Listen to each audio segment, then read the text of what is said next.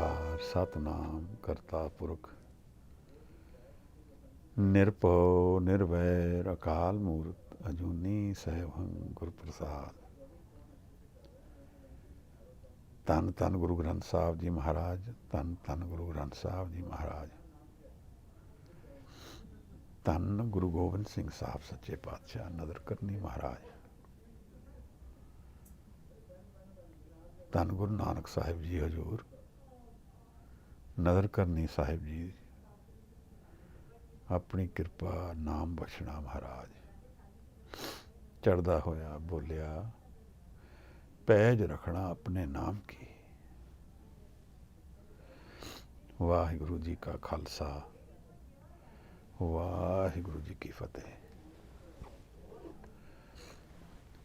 ਅਸੀਂ ਸਿੱਧ ਗੋਸ਼ ਦੀ ਬਾਣੀ ਦੀ ਵਿਚਾਰ ਕਰਦੇ ਹਾਂ। ਅੱਜ 11ਵੀਂ ਪੌੜੀ ਦੀ ਵਿਚਾਰ। ਮੈਨੂੰ ਲੱਗਦਾ ਕਿ 11ਵੀਂ ਪੌੜੀ ਥੋੜ੍ਹੇ ਸ਼ਬਦਾਂ ਵਿੱਚ ਬਹੁਤ ਕੁਝ ਕਿਹਾ ਗਿਆ ਹੈ, ਇਸ ਕਰਕੇ ਅੱਜ 11ਵੀਂ ਪੌੜੀ ਦੀ ਵਿਚਾਰ ਕਰਕੇ ਕੱਲ੍ਹ ਫਿਰ ਅਸੀਂ ਅਗਰ ਸਾਹਿਬ ਦੀ ਕਿਰਪਾ ਰਹੀ ਤੇ ਬੜੇ ਡੂੰਘੇ ਪ੍ਰਸ਼ਨ ਕੱਲ੍ਹ ਉੱਠਣੇ ਹਨ ਯੋਗੀਆਂ ਦੇ। 12ਵੀਂ ਔਰ 13ਵੀਂ ਪੌੜੀ ਕੱਲ੍ਹ ਕਰਾਂਗੇ, ਜੇ ਸਮਾਂ ਹੋਇਆ ਤਾਂ ਸ਼ਾਇਦ ਅੱਜ ਕਰ ਸਕੀ। ਇਹ ਸਿੱਧਗੋਸ਼ ਦੀ ਬਾਣੀ 1539 1539 ਵਿੱਚ ਕੰਪਾਈਲ ਹੋਈ ਕਰਤਾਰਪੁਰ ਸਾਹਿਬ ਵਿੱਚ, ਔਰ ਮਲਟੀਪਲ ਜਗ੍ਹਾ 'ਤੇ ਡਿਸਕੋਰਸ ਹੋਇਆ। ਨਾਨਕ ਮਤਾ ਸੁਮੇਰ ਪਰਬਤ, ਰੀਠਾ ਸਾਹਿਬ ਉੱਤਰਾਖੰਡ ਵਿੱਚ, ਔਰ ਫਿਰ ਇੱਥੇ ਹੁਸ਼ਿਆਰਪੁਰ ਬਟਾਲੇ ਦੇ ਨੇੜੇ ਯੋਗੀਆਂ ਦਾ ਮੰਦਿਰ ਹੈ ਅਚਲ। ਬਟਾਲਾ 21 ਕਿਲੋਮੀਟਰ ਹੈ ਕਰਤਾਰਪੁਰ ਤੋਂ, ਉੱਥੋਂ 3 ਕਿਲੋਮੀਟਰ ਅੱਗੇ ਹੈ ਅਚਲ ਮੰਦਿਰ।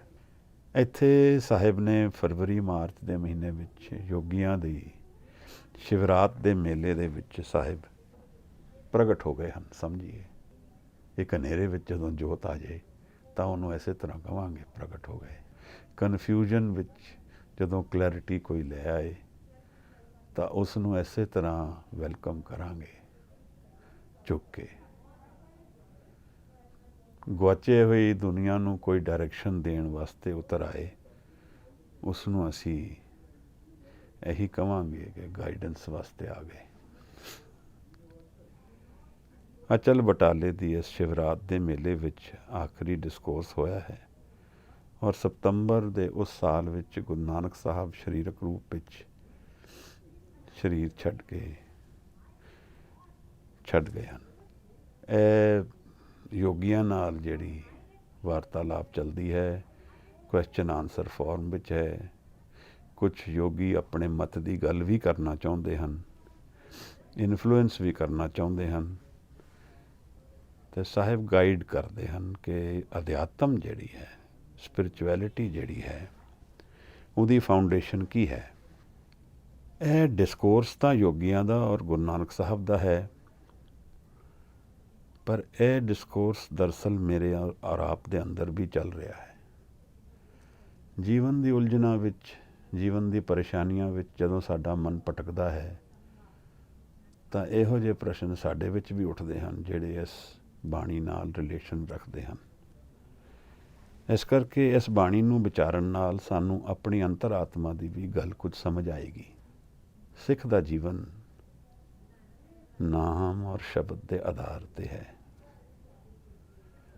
ਔਰ ਇਹ ਚੀਜ਼ਾਂ ਸਾਡੇ ਤੋਂ ਥੋੜ੍ਹੀ ਜਿਹੀਆਂ ਦੂਰ ਹੋ ਗਈਆਂ ਹਨ।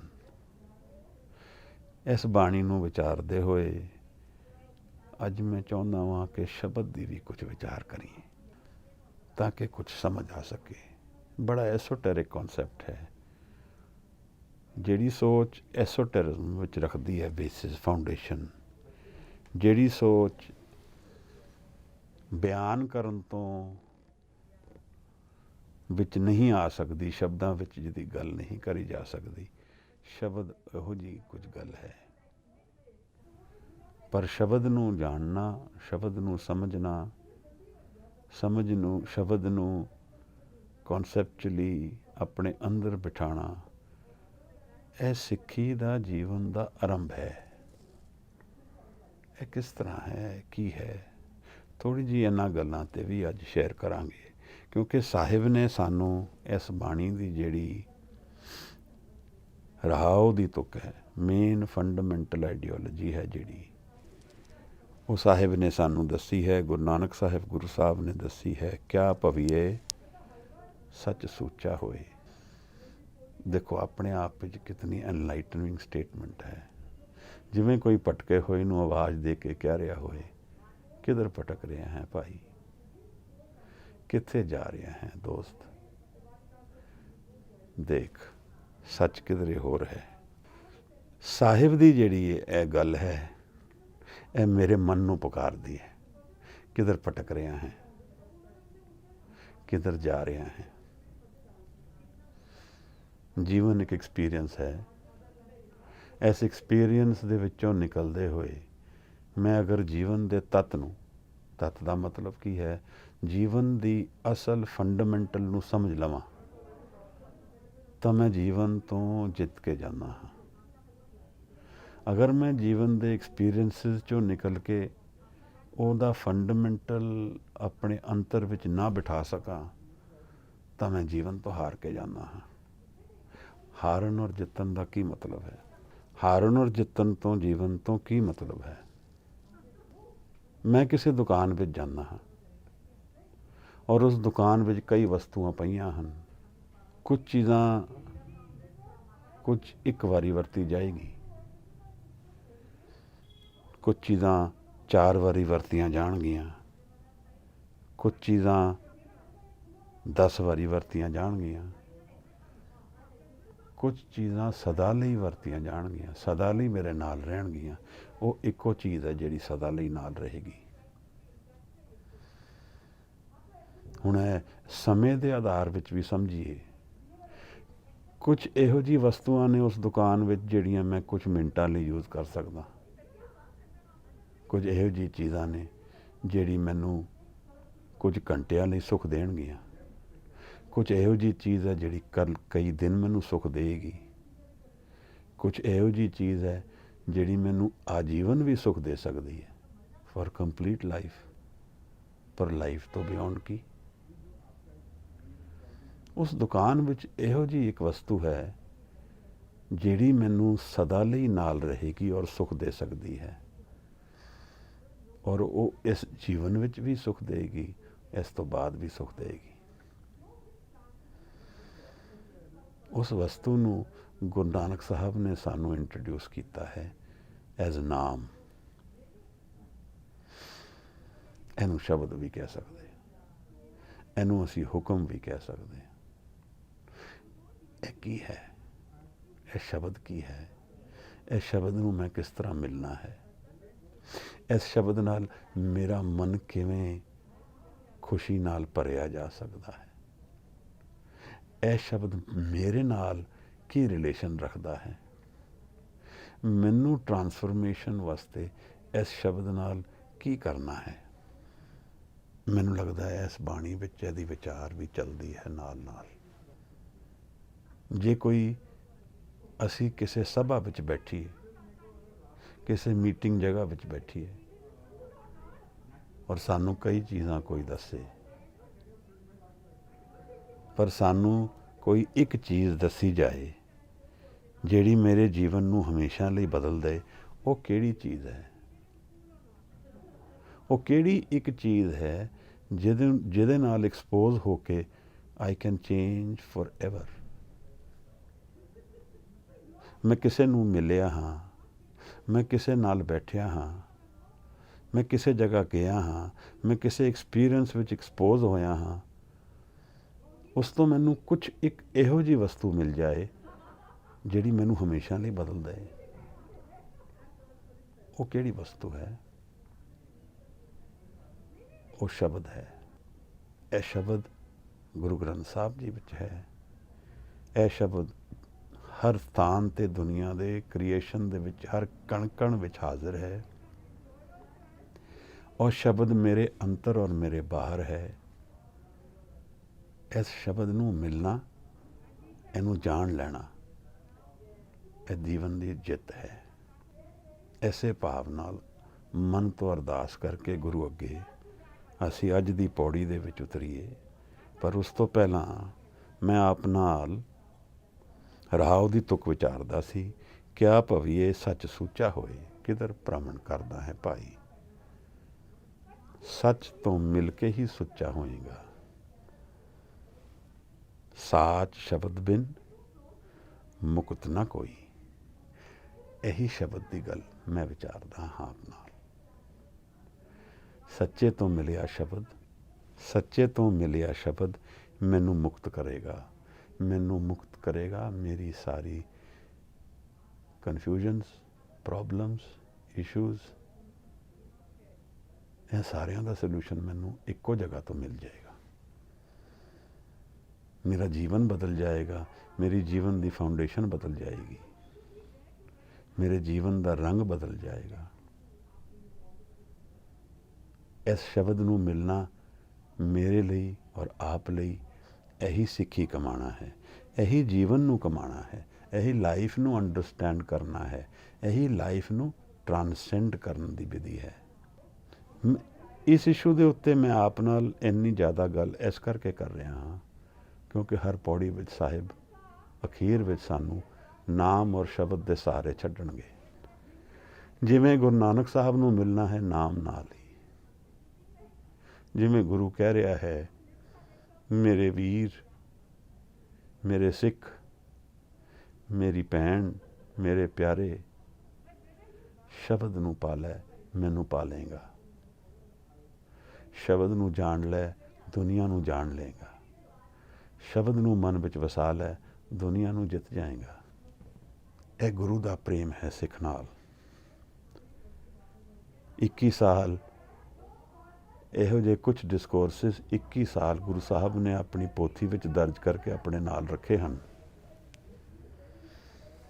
ਇਹਦਾ ਕੰਪੋਜੀਸ਼ਨ 1539 ਵਿੱਚ ਹੋਇਆ ਹੈ। 1521 ਵਿੱਚ ਅਖੀਰਲੀ ਉਦਾਸੀ ਹੈ ਔਰ ਪਹਿਲੀ 2 ਉਦਾਸੀਆਂ ਵਿੱਚ ਸੁਮੇਰ ਪਰਬਤ, ਦੂਜੀ ਉਦਾਸੀ ਔਰ ਪਹਿਲੀ ਨਾਨਕ ਮਤਾ ਵਿੱਚ ਇਸ ਬਾਣੀ ਦੀ ਡਿਸਕੋਰਸ ਚੱਲੀ ਹੈ। ਗੱਲ ਕੀ ਹੈ ਕਿ ਸ਼ਬਦ, ਨਾਮ, ਇਹਨਾਂ ਦੇ ਆਸਰੇ ਅਸੀਂ ਜੀਵਨ ਨੂੰ ਬਿਤਾਉਣਾ ਹੈ। ਇਹਨਾਂ ਦੀ ਰੈਵੋਲੇਸ਼ਨ ਵਿੱਚ ਸਾਨੂੰ ਦੁਨੀਆ ਰਿਵੀਲ ਹੋਏਗੀ।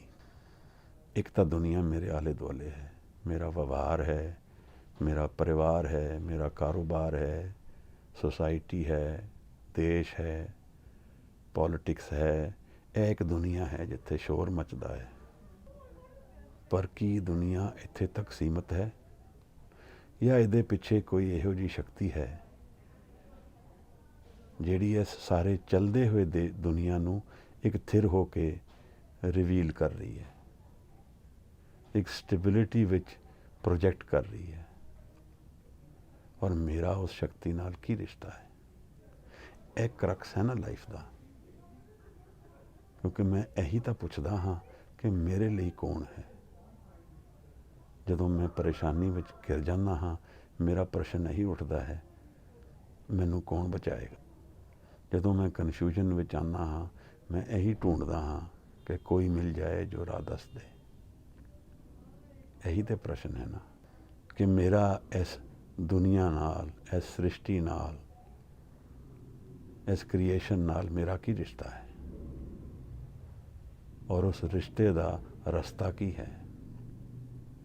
ਉਹ ਕਿਹੜਾ ਦਰਵਾਜ਼ਾ ਹੈ ਜਿਸ ਦਰਵਾਜ਼ੇ ਨੂੰ ਖਟਖਟਾ ਕੇ ਮੈਂ ਆਪਣੀ ਸਾਰੀ ਦੁਨੀਆ ਦੀ ਚਿੰਤਾਵਾਂ, ਪਰੇਸ਼ਾਨੀਆਂ, ਸਾਰੀ ਕਨਫਿਊਜ਼ਨਸ, ਸਾਰੇ ਇਸ਼ੂਜ਼ ਨੂੰ ਬਾਹਰ ਛੱਡ ਦਿੰਦਾ ਹਾਂ ਔਰ ਅੰਦਰ ਜਾ ਕੇ ਵਿਗਾਸ ਵਿੱਚ ਹੋ ਜਾਂਦਾ ਹਾਂ। ਵਿਗਾਸ ਦਾ ਮਤਲਬ complete bliss, complete happiness. Nanak ਭਗਤਾ ਸਦਾ ਵਿਗਾਸ, ਸੁਣਿਏ ਦੁੱਖ ਪਾਪ ਕਾ ਨਾਸ। ਇਹ ਕਿਹੜੀ ਗੱਲ ਸੁਣਨ ਵਾਲੀ ਹੈ ਜਿਸ ਨਾਲ ਮੇਰੇ ਦੁੱਖ ਔਰ ਪਾਪ ਦਾ ਨਾਸ ਹੋ ਜਾਏਗਾ। ਮਹਾਰਾਜ ਗੁਰੂ ਨਾਨਕ ਸਾਹਿਬ ਇਹ ਭੇਦ ਮੈਨੂੰ ਖੋਲ ਦੇਣ ਤਾਂ ਮੇਰੇ ਜੀਵਨ ਦਾ ਤੱਤ ਬਦਲ ਜਾਏਗਾ। मैं सुन सकता हाँ इस गल नूं, मैनू भी एक आवाज़ सुनन च आ जाए, मेरे दुख और पाप का नाश हो जाएगा, मैं सदा विकास विच जा सकदा हाँ। यह मेरे जीवन का पोटेंशियल है जी, यह मेरे जीवन का सत है, and may be the only truth. तो साहिब ने इन्हों जोड़ दिता, सतनाम। सत नूं नाम नाल जाणांगे, नाम नूं सत नाल जाणांगे। तो इस चीज़ नूं असीं सुनना है। किस नूं सुनांगे? शब्द नूं सुनांगे। किवें सुनिया जाएगा? आओ इस शब्द विच, इस पौड़ी विच असीं इहनूं विचारांगे। पर पहलां गुरु साहब ने कुछ योगियां नाल गल करदे होए योगी मत दे क्यूज़ लैके सानू जीवन बारे कुछ डायरैक्शनस दित्तियां ने, उन्हां नूं समझीए, फिर असीं यतन करिए समझण दा। यह किहड़ा सुनना है जिहदे विच मैं डुब के आनंद हो सकदा हाँ। यह पौड़ी कोई पढ़ सके, 11वीं पौड़ी। महाराज क्या भविय सच सूचा होए, साच शब्द बिन मुक्त ना कोए। रहाओ ऊंदो कपर पंच भू टोपी, काया कणासन मन जा गोटी। सत संतोख संजम है नाल, नानक गुरमुख नाम समाल। थोड़ा जिहा रीकैप करना बनता है। हुण तक पिछली 10 पौड़ियां विच साहिब ने कई बार सानू शब्द और नाम वल आदेश किया है। ਉਹਦੇ ਵਿੱਚ ਯੋਗੀਆਂ ਨਾਲ ਡਾਇਲੋਗ ਕਰਦੇ ਹੋਏ ਯੋਗੀਆਂ ਦੀ ਹੀ ਭਾਸ਼ਾ ਨੂੰ ਵਰਤਿਆ ਹੈ। ਉਹਨਾਂ ਦੇ ਐਕਸਟਰਨਲ ਐਲੀਮੈਂਟਸ ਨੂੰ ਲੈ ਕੇ ਇੰਟਰਨਲਾਈਜ਼ ਕਰ ਦਿੱਤਾ ਹੈ, ਮਨ ਨਾਲ ਰਿਲੇਸ਼ਨ ਕਰ ਦਿੱਤਾ ਹੈ। ਉਹਦੇ 'ਚ ਮੁੰਦਰਾ ਹੈ ਜਿਹੜੀ ਉਹ ਕੰਨ ਵਿੱਚ ਪਾਉਂਦੇ ਹਨ, ਔਰ ਖਿੰਤਾ ਹੈ ਜਿਹੜੀ ਉਹ ਨਾਲ ਕੱਪੜੇ ਆਪਣੇ ਰੱਖਦੇ ਹਨ। ਇੱਕ ਕੱਪੜਾ ਜਿਹੜਾ ਉੱਪਰ ਵੀ ਓੜ ਲੈਂਦੇ ਹਨ, ਫਿਰ ਥੱਲੇ ਵੀ ਰੱਖ ਲੈਂਦੇ ਹਨ, ਖਿੰਤਾ। ਝੋਲੀ ਅੱਡ ਕੇ ਉਹ ਰਹਿੰਦੇ ਹਨ। ਸਾਹਿਬ ਨੇ ਇਹਨਾਂ ਗੱਲਾਂ ਨੂੰ ਲੈ ਕੇ ਇਹਨਾਂ ਨੂੰ ਮਨ ਨਾਲ ਰਿਲੇਸ਼ਨ ਇਸਟੈਬਲਿਸ਼ ਕੀਤਾ ਹੈ। ਯੋਗੀ ਨੂੰ ਇਹ ਸਮਝਾਇਆ ਹੈ ਕਿ ਇਹ ਐਕਸਟਰਨਲ ਫੈਕਟਰਸ 'ਤੇ ਰੁਕ ਕੇ ਔਰ ਅੰਤਰ ਵਿੱਚ ਨਾ ਜਾਣ ਨਾਲ ਇਹਨਾਂ ਬਾਹਰ ਦੇ ਫੈਕਟਰਸ ਦਾ ਮੀਨਿੰਗ ਕੁਛ ਨਹੀਂ ਰਹਿੰਦਾ, ਕਿਉਂਕਿ ਸਮੇਂ ਵਿੱਚ ਫਿਜ਼ੀਕਲ ਐਲੀਮੈਂਟ ਤਾਂ ਖਤਮ ਹੋ ਜਾਏਗਾ। ਔਰ ਅਗਰ ਮਨ ਨੂੰ ਨਾ ਸੰਭਾਲਿਆ ਤਾਂ ਮਨ ਦੀ ਜੋ ਅਵਸਥਾ ਹੈ ਉਹ ਮੇਰੀ ਅਸਲ ਅਵਸਥਾ ਹੈ। ਸਰੀਰ ਹੋਏਗਾ ਕਿ ਨਹੀਂ ਹੋਏਗਾ, ਜੋ ਮਨ ਦੀ ਕੰਡੀਸ਼ਨ ਹੈ दैट इज़ माई कंडीशन। और अगर मन नू नाम नाल नहीं जोड़िया तो मन भटकेगा, मन ठहरेगा नहीं, मन संतोख विच नहीं आएगा, मन भटकता रहेगा और वो इनस्टेबिलिटी जीवन का आधार बन जाएगी। ਇਹਦੇ ਵਿੱਚ ਸਾਹਿਬ ਨੇ ਖਿੰਥਾ, ਮੁਦਰਾ, ਇਹਨਾਂ ਚੀਜ਼ਾਂ ਨੂੰ ਵਰਤ ਕੇ ਯੋਗੀਆਂ ਨੂੰ ਸਮਝਾਉਣ ਦੀ ਕੋਸ਼ਿਸ਼ ਕੀਤੀ ਹੈ। ਅੱਜ ਹਜ਼ੂਰ ਇੱਕ ਨਵੀਂ ਡਾਇਰੈਕਸ਼ਨ ਵਿੱਚ ਲੈ ਗਏ ਹਨ ਗੱਲ ਨੂੰ। ਉਹਦੇ ਵਿੱਚ ਖੱਪੜ, ਟੋਪੀ ਔਰ ਜਗੋਟੀ 3 ਚੀਜ਼ਾਂ ਜਿਹੜੀ ਯੋਗੀ ਆਪਣੀ ਲਾਈਫ ਵਿੱਚ ਵਰਤਦੇ ਹਨ। ਅਸੀਂ ਜਪਜੀ ਸਾਹਿਬ ਦੀ 4 ਪੌੜੀਆਂ ਜਿਹਦੇ ਵਿੱਚ ਯੋਗੀ ਮਤ ਤੋਂ ਸਿੱਧ ਗੋਸ਼ ਤੋਂ 4 ਪੌੜੀਆਂ ਲਈਆਂ ਹਨ, ਆਦੇਸ਼ ਤਿਸੇ ਆਦੇਸ਼। ਉੱਥੇ ਵੀ ਲੰਗਰ ਦੀ ਗੱਲ ਸਾਹਿਬ ਨੇ ਇਹਨਾਂ ਦੇ ਜਿਹੜਾ ਯੋਗੀਆਂ ਦਾ ਲੰਗਰ ਹੁੰਦਾ ਹੈ ਉਹਦੀ ਗੱਲ ਚਲਾਈ ਹੈ, ਯੋਗੀ ਦੀ ਮੁੰਦਰਾ ਦੀ ਗੱਲ ਚਲਾਈ ਹੈ, ਡੰਡਾ ਪ੍ਰਤੀਤ ਦੀ ਗੱਲ ਚਲਾਈ ਹੈ, ਖਿੰਥਾ ਕਾਲ ਕੁਆਰੀ ਕਾਇਆ। ਔਰ ਇਹਨਾਂ ਦੇ ਪੰਥ ਜਿਹੜਾ ਯੋਗੀਆਂ ਦਾ ਪੰਥ ਹੈ 12, ਉਹਨਾਂ ਚੋਂ ਇੱਕ ਪੰਥ ਹੈ ਯੋਗੀ ਆਈ ਪੰਥ, ਉਹਨੂੰ ਰੈਫਰ ਕਰਕੇ ਸਾਹਿਬ ਨੇ ਐਡਰੈਸ ਵੀ ਕੀਤਾ ਹੈ। ਮਾਈਂਡ ਯੂ ਕਿ ਜਦੋਂ ਜਿਸ ਸਮੇਂ ਦੀ ਇਹ ਡਿਸਕੋਰਸ ਹੈ ਉਸ ਵੇਲੇ ਯੋਗੀ ਮਤ ਇਸ ਦੇਸ਼ ਦੇ ਵਿੱਚ ਜਾਂ ਇਸ ਇਨਵਾਇਰਮੈਂਟ ਵਿੱਚ, ਇਸ ਦੁਨੀਆ ਦੇ ਵਿੱਚ ਇੱਕ ਅਹਿਮ ਅਧਿਆਤਮ ਦਾ ਸਾਧਨ ਗਿਣਿਆ ਜਾਂਦਾ ਸੀ। ਹਿੰਦੂ ਮਤ, ਮੁਸਲਮਾਨ ਮਤ ਅਤੇ ਯੋਗ ਮਤ, ਇਹ 3 ਮਤ ਚੱਲਦੇ ਸਨ। ਔਰ ਇਹਨਾਂ ਦੇ ਵਿੱਚ ਯੋਗੀ ਮਤ ਗਿਣਿਆ ਜਾਂਦਾ ਸੀ as a spiritual, in the spiritual direction, as the awaken direction.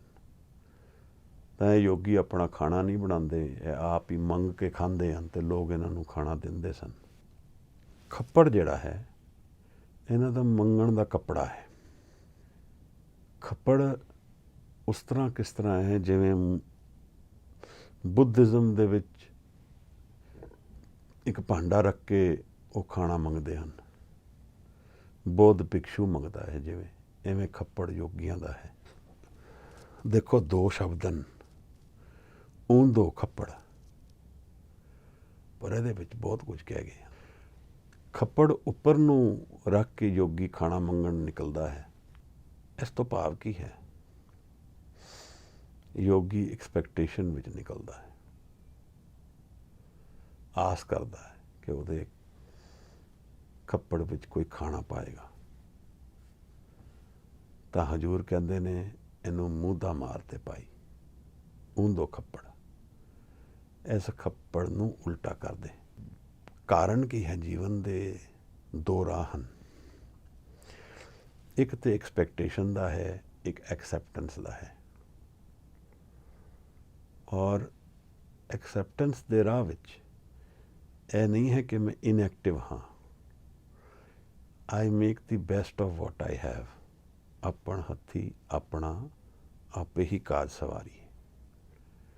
ਮੈਂ ਕਰਦਾ ਹਾਂ, ਕਰਕੇ ਜੋ ਮੈਨੂੰ ਮਿਲਦਾ ਹੈ ਉਸ ਨੂੰ ਮੈਂ ਪਾਰਟੇਕ ਕਰਦਾ ਹਾਂ। ਇਹ ਗੁਰਮਤ ਦਾ ਮਾਰਗ ਹੈ। ਗੁਰੂ ਨਾਨਕ ਸਾਹਿਬ ਦੇ ਘਰ ਦੀ ਇਹ ਕਲਾ ਹੈ। ਗੁਰੂ ਸਾਹਿਬ ਕਹਿੰਦੇ ਹਨ ਕਿ ਜਦੋਂ ਅਸੀਂ ਸੱਚੇ ਦਿਲ ਨਾਲ ਕੁਝ ਕਮਾ ਕੇ ਉਸ ਨੂੰ ਦਿੰਦੇ ਹਾਂ, ਕਾਲ ਖਾਏ ਕਿਛ ਹੱਥੋਂ ਦੇ, ਨਾਨਕ ਰਾਹ ਪਛਾਣੇ ਸੇ।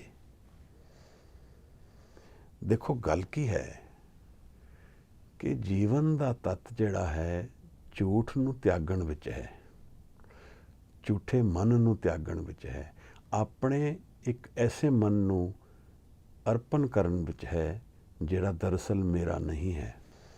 ਇੱਕ ਓਪਨ ਹਾਰਟedness ਹੈ। ਤਾਂ ਜਦੋਂ ਮੈਂ ਆਪਣੀ ਕਮਾਈ ਦਾ ਇੱਕ ਹਿੱਸਾ ਸੈਲਫਲੈਸਲੀ ਦਿੰਦਾ ਹਾਂ, ਸੈਲਫਲੈਸਲੀ, ਇਹ ਆਸਾ ਦੀ ਵਾਰ ਵਿੱਚ ਗੁਰੂ ਨਾਨਕ ਸਾਹਿਬ ਕਹਿੰਦੇ ਹਨ ਕਿ ਇਹ ਸੋਚ ਕੇ ਨਾ ਦੇਈ ਕਿ ਤੈਨੂੰ ਕੋਈ ਮਾਣ ਮਿਲੇਗਾ। ਉਲਟਾ ਇਹ ਸੋਚ ਕਿ ਤੈਨੂੰ ਜੋ ਕੁਝ ਮਿਲਿਆ, ਤੂੰ ਜੋ ਕੁਝ ਦੇ ਰਿਹਾ ਹੈ, ਪੁੰਨ ਕਰ ਪੁਨਹੁ ਨੀਚ ਸਦਾਈਏ, ਤੇ ਉਲਟਾ ਤੈਨੂੰ ਨੀਚ ਕਹਾਇਆ ਜਾਏ। ਸਪਿਰਿਚੁਅਲ ਗੇਨਿੰਗ ਦੀ ਇਹ ਉੱਤਮ ਡਾਇਰੈਕਸ਼ਨ ਹੈ। ਇਹਦਾ ਮਤਲਬ ਕੀ ਹੈ? ਦਰਅਸਲ ਕੀ ਹੈ ਕਿ ਜਦੋਂ ਮੈਂ ਕਿਸੇ ਚੀਜ਼ ਵਿੱਚ ਆਪਣਾ ਪੈਸ਼ਨ ਪਾ ਕੇ ਉਸ ਨੂੰ ਕਮਾਉਂਦਾ ਹਾਂ ਤਾਂ ਮੈਂ ਆਪਣੀ ਇਮੋਸ਼ਨਸ ਔਰ ਹਾਰਟ ਨੂੰ ਉਹਦੇ 'ਚ ਇਨਵੈਸਟ ਕਰਦਾ ਹਾਂ। ਔਰ ਜਦੋਂ ਉਹਦਾ ਹਿੱਸਾ ਸੈਲਫਲੈਸਲੀ ਮੈਂ ਦੇ ਦਿੰਦਾ ਹਾਂ, ਜਿਸ ਨੂੰ ਸੂਫੀ ਕਹਿੰਦੇ ਹੈ ਕਿ ਖੂਹ ਵਿੱਚ ਪਾਏ, ਜਿਸ ਨੂੰ ਸਾਹਿਬ ਕਹਿੰਦੇ ਹਨ ਕਿ ਕਰ ਪੁੰਨ ਨੀਚ ਸਦਾਈਏ। ਐਕਸਪੈਕਟੇਸ਼ਨ ਵਿੱਚ ਨਾ ਦੇਈ ਕਿ ਤੈਨੂੰ ਵੱਡਾ ਗਿਣਿਆ ਜਾਏਗਾ, ਕਿ ਮਾਣ ਹੋਏਗਾ।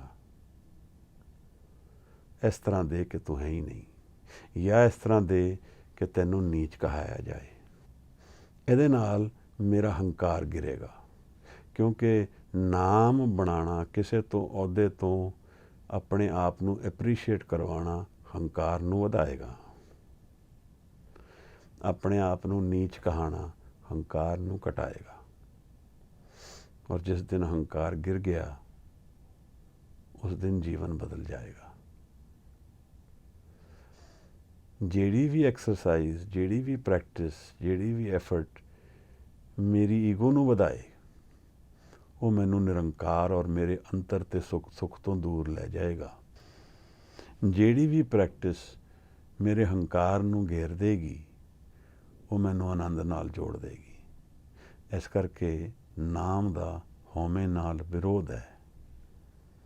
ਬਾਣੀ ਕਹਿੰਦੀ ਹੈ, ਹਉਮੈ ਨਾਮੇ ਨਾਲ ਵਿਰੋਧ ਹੈ, ਦੋਏ ਨਾ ਬਸੇ ਇੱਕ ਥਾਂ।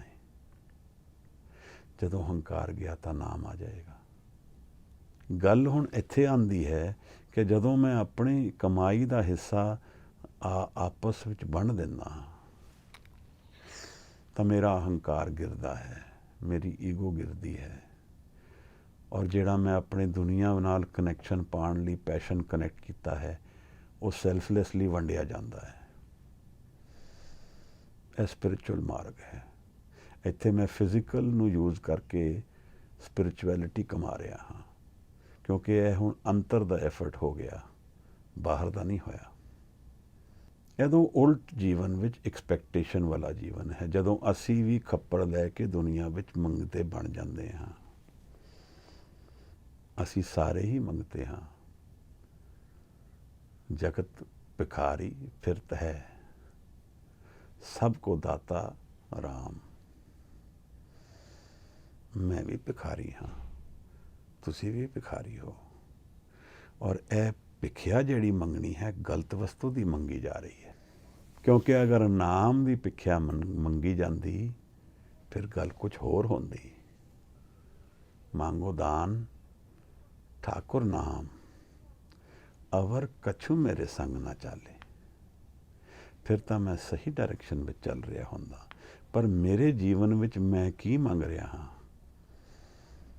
ਮੈਂ ਪਦਾਰਥ ਮੰਗ ਰਿਹਾ ਹਾਂ, ਵੈਲਥ ਮੰਗ ਰਿਹਾ ਹਾਂ, ਪਾਵਰ ਮੰਗ ਰਿਹਾ ਹਾਂ, ਫੈਮਿਲੀ ਵੈਲਿਊਜ਼ ਨਾਲ ਕਨੈਕਟ ਕਰਕੇ ਆਪਣੇ ਆਪ ਨੂੰ ਮਮਤਾ ਦੇ ਆਧਾਰ 'ਤੇ ਪਰਿਵਾਰਕ ਸੁੱਖ ਮੰਗ ਰਿਹਾ ਹਾਂ।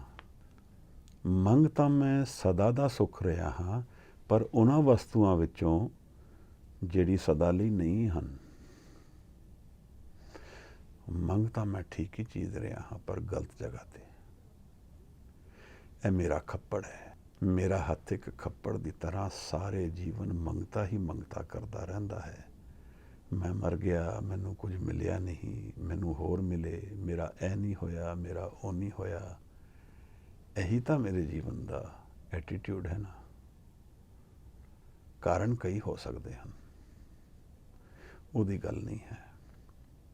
ਵਸਤੂ ਉਹੀ ਹੋ ਸਕਦੀ ਹੈ, ਚਾਹ ਮੈਂ ਉਸੇ ਚੀਜ਼ ਨੂੰ ਰਿਹਾ ਹੋ ਸਕਦਾ ਹਾਂ, ਪਰ ਉਹ ਮੇਰਾ ਆਧਾਰ ਹੈ ਕਿ ਨਹੀਂ, ਇੱਥੇ ਸਭ ਕੁਝ ਬਦਲ ਜਾਂਦਾ ਹੈ। ਫੁਰਨਾ ਮੇਰੇ ਮਨ ਵਿੱਚ ਵੀ ਉੱਠ ਸਕਦਾ ਹੈ, ਤੁਹਾਡੇ ਮਨ ਵਿੱਚ ਵੀ ਉੱਠ ਸਕਦਾ ਹੈ, ਸਾਧੂ ਦੇ ਮਨ ਵਿੱਚ ਵੀ ਉੱਠ ਸਕਦਾ ਹੈ। ਪਰ ਉਸ ਫੁਰਨੇ ਦੇ ਵਿੱਚ ਕਿਤਨੀ ਪਕੜ ਹੈ ਮੇਰੇ ਮਨ ਨਾਲ, ਇੱਥੇ ਸਭ ਫਰਕ ਹੋ ਜਾਂਦਾ ਹੈ। ਕਿਉਂਕਿ ਸਾਧੂ ਨਾਲ ਦਾ ਆਧਾਰ ਜੀਵਨ ਦਾ, ਉਹਦੇ ਜੀਵਨ ਦੀ ਫਾਊਂਡੇਸ਼ਨ ਜੋ ਹੈ ਉਹ ਨਾਮ ਹੈ। ਮੇਰੇ ਜੀਵਨ ਦੀ ਫਾਊਂਡੇਸ਼ਨ ਡਿਮਾਂਡਸ ਹਨ। I keep demanding. So I am always more incomplete. I am always more disturbed. I am always more upset. I am always more wandering. Guru Sahib ਸਾਨੂੰ ਕੀ ਸਮਝਾ ਰਹੇ ਸਨ ਅੱਜ? ਗੁਰੂ ਨਾਨਕ ਸਾਹਿਬ ਕੋਲ ਅਸੀਂ ਜਾਂਦੇ ਅੱਜ ਕਿ ਚਲੋ ਗੁਰੂ ਨੂੰ ਮਿਲ ਕੇ ਕੁਝ ਸਕੂਨ ਪਾਈਏ, ਤਾਂ ਗੁਰੂ ਕੀ ਸਮਝਾਉਂਦੇ? ਗੁਰੂ ਮੈਨੂੰ ਕੀ ਕਹਿੰਦੇ? ਕਿਆ ਭਵੀਏ ਸੱਚ ਸੋਚਾ ਹੋਏ। ਇਮੈਜਿਨ ਕਰੀਏ ਕਿ ਅੱਜ ਅਸੀਂ ਗੁਰੂ ਨੂੰ ਮਿਲਣ ਜਾ ਰਹੇ ਹਾਂ, ਔਰ ਇਹ ਗੱਲ ਮੇਰੇ ਕੰਨ ਵਿੱਚ ਮੇਰਾ ਗੁਰੂ ਮੈਨੂੰ ਕਹਿ ਰਿਹਾ ਹੈ। ਭਟਕ ਕਿਉਂ ਰਿਹਾ ਹੈ ਭਾਈ? ਸੱਚ ਤਾਂ ਅੰਦਰ ਹੀ ਸਮਾਇਆ ਹੈ। ਸਲਿਊਸ਼ਨਸ ਜਿਹੜੇ ਤੁਸੀਂ ਲੱਭਦੇ ਹੋ ਜੀਵਨ ਦੇ, ਉਹ ਤਾਂ ਤੇਰੇ ਨਾਲ ਹੀ ਹਨ। ਲੱਭ ਤਾਂ ਬਾਹਰ ਹੀ ਰਿਹਾ ਹੈ। ਜਿਹੜੇ ਰਸਤੇ ਦੀ ਕੁੰਜੀਆਂ ਚਾਬੀਆਂ ਪ੍ਰੋਬਲਮਸ ਦੀ ਹੱਲ ਜਿਹੜੇ ਅਸੀਂ ਲੱਭਦੇ ਹਾਂ ਉਹ ਤਾਂ ਨਾਲ ਹੀ ਹਨ, ਲੱਭ ਬਾਹਰ ਰਹੇ ਹਾਂ। ਗੁਰੂ ਸਾਹਿਬ ਦੀ ਅੱਜ ਇਸ ਗੱਲ 'ਤੇ ਅਸੀਂ ਵਾਰੇ ਜਾਂਦੇ ਹਾਂ। ਮਹਾਰਾਜ ਕਹਿੰਦੇ ਨੇ ਤੂੰ ਮੁੱਦਾ ਮਾਰ ਦੇ, ਜੀਵਨ ਨੂੰ ਐਕਸਪੈਕਟੇਸ਼ਨ ਦੇ ਵਿੱਚ ਨਹੀਂ ਜੀਣਾ ਹੈ, ਐਕਸੈਪਟੈਂਸ ਵਿੱਚ ਜੀਣਾ ਹੈ ਭਾਈ। ਕਿਉਂ? ਇਸ ਬੰਦ ਦੀ ਆਖਰੀ ਲਾਈਨ ਵਿੱਚ ਸਾਹਿਬ ਸਭ ਕੁਝ ਖੋਲ ਦਿੰਦੇ ਹਨ। ਦੇਖੋ ਜਿੰਨੀ ਇਹ ਬਾਣੀ ਵਿਚਾਰੀ ਜਾਂਦੀ ਹੈ, ਉਹਨਾਂ ਜੀ ਕਰਦਾ ਹੈ ਕਿ ਗੁਰੂ ਨਾਨਕ ਸਾਹਿਬ ਦੇ ਪੈਰ ਚੁੰਮੇ ਜਾਣ। ਗੁਰੂ ਨੂੰ ਜਾਣ ਲਈ ਇਹ ਗੁਰੂ ਦੇ ਸ਼ਬਦ ਦੇ ਰਾਹੀਂ, ਜਿਵੇਂ ਗੁਰੂ ਸਮਝਾਉਂਦਾ ਹੈ ਸ਼ਬਦ ਦੇ ਰਾਹੀਂ ਸਮਝਾਉਂਦਾ ਹੈ। ਬਾਣੀ ਕਹਿੰਦੀ ਹੈ ਡਿੱਠੇ ਮੁਕਤ ਨਾ ਹੋਵੇ, ਜਿਚਰ ਸ਼ਬਦ ਨਾ ਕਰੀ ਵਿਚਾਰ। ਕੇਵਲ ਮੱਥਾ ਟੇਕਣ ਨਾਲ ਆਜ਼ਾਦੀ ਨਹੀਂ ਮਿਲੇਗੀ, ਫਰੀडम ਨਹੀਂ ਮਿਲੇਗਾ, ਜਦ ਤੱਕ ਸ਼ਬਦ ਦੀ ਵਿਚਾਰ ਨਹੀਂ ਕੀਤੀ ਜਾਏਗੀ। ਤਾਂ ਜਦੋਂ ਗੁਰੂ ਨਾਨਕ ਸਾਹਿਬ ਦੀ ਬਾਣੀ ਨੂੰ ਵਿਚਾਰਦੇ ਹਾਂ ਤਾਂ ਗੁਰੂ ਨੂੰ ਮਿਲਦੇ ਹਾਂ, ਗੁਰੂ ਪ੍ਰਗਟ ਹੋ ਜਾਂਦਾ ਹੈ, ਗੁਰੂ ਨੂੰ ਜਾਣ ਲੈਂਦੇ ਹਾਂ। These are his own words. These words are for eternal, for everyone, for you and me. And these are relevant to our lives. These are solutions to our lives.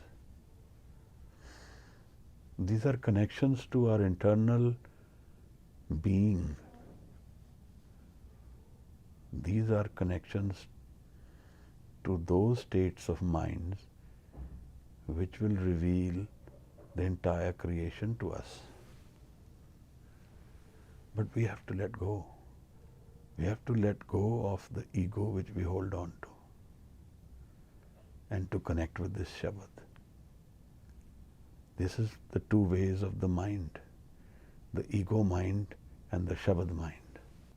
ਜੀ ਤਾਂ ਕਰਦਾ ਹੈ ਇਸ ਸ਼ਬਦ ਦੇ ਉੱਤੇ ਥੋੜੀ ਡੂੰਘੀ ਵਿਚਾਰ ਕਰੀਏ, ਇਸ ਕਰਕੇ ਥੋੜਾ ਠਹਿਰ ਕੇ ਮੈਂ ਆਪ ਨਾਲ ਇਹਦੇ ਬਾਰੇ ਸ਼ੇਅਰ ਕਰਨਾ ਚਾਹੁੰਦਾ। ਇਸ ਸ਼ਬਦ ਨੂੰ ਸਮਝਣਾ ਜ਼ਰੂਰੀ ਹੈ ਕਿ ਸ਼ਬਦ ਹੈ ਕੀ ਔਰ ਦਰਅਸਲ ਮੇਰਾ ਜੀਵਨ ਇਹਦੇ ਨਾਲ ਕਿਵੇਂ ਬਦਲੀ ਹੋਏਗਾ। ਅਗਰ ਕੁਝ ਹਿੰਟ ਵੀ ਮੈਨੂੰ ਮਿਲ ਜਾਏ, ਕੁਝ ਇੱਕ ਆਹਟ ਵੀ ਮੈਨੂੰ ਆ ਜਾਏ ਕਿ ਕਿਸ ਪਾਸੇ ਨੂੰ ਜਾਣਾ ਹੈ, ਤਾਂ ਮੈਂ ਆਪਣੇ ਮਨ ਨੂੰ ਸ਼ਬਦ ਵੱਲ ਖੋਲ ਦਿਆਂ, ਸ਼ਬਦ ਦੇ ਸੱਤ ਵੱਲ ਆਪਣੇ ਮਨ ਨੂੰ ਚਲਾ ਦਿਆਂ। ਸ਼ਬਦ ਜਿਹੜਾ ਹੈ ਉਹ ਮੇਰਾ ਰੂਪ ਹੋ ਜੇ, ਮੈਂ ਆਪਣੇ ਆਪ ਨੂੰ ਗਵਾਚ ਕੇ ਸ਼ਬਦ ਬਣ ਜਾਵਾਂ। ਬਾਣੀ ਕਹਿੰਦੀ ਹੈ ਗੁਰਬਾਣੀ ਬਣੀਏ, ਮੇਰਾ ਮਨ ਸ਼ਬਦ ਨਾਲ ਚੱਲ ਪਏ।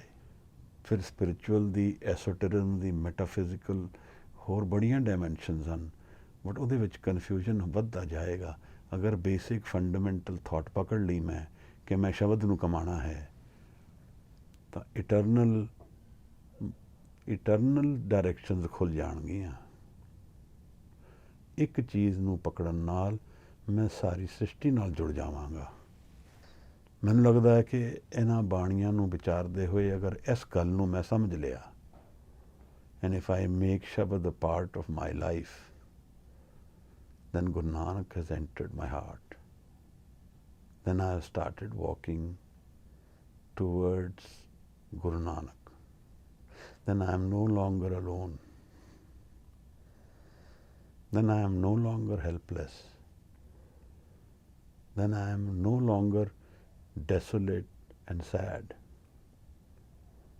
because Shabad has the potential to open all the solutions within my mind, and I live through my mind.